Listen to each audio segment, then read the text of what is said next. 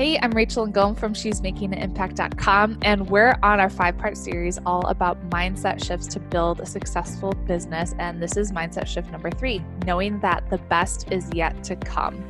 So there's so many questions that we ask ourselves as entrepreneurs. What if it doesn't work?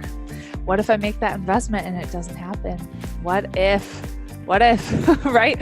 Well, let's change it. What if it does work?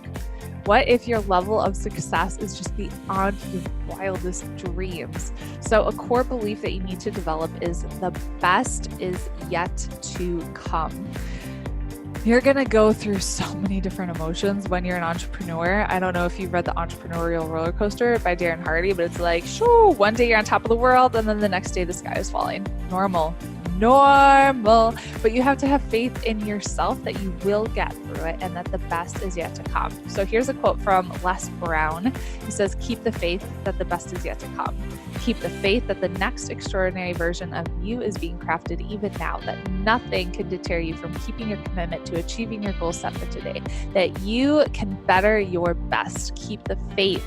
Move forward in spite of your fears and despite any evidence to the contrary. Believe that it's possible. Amen. Hallelujah. All right. I've got some cool freebies for you on the blog. So head to she'smakingimpact.com and I'll talk to you later.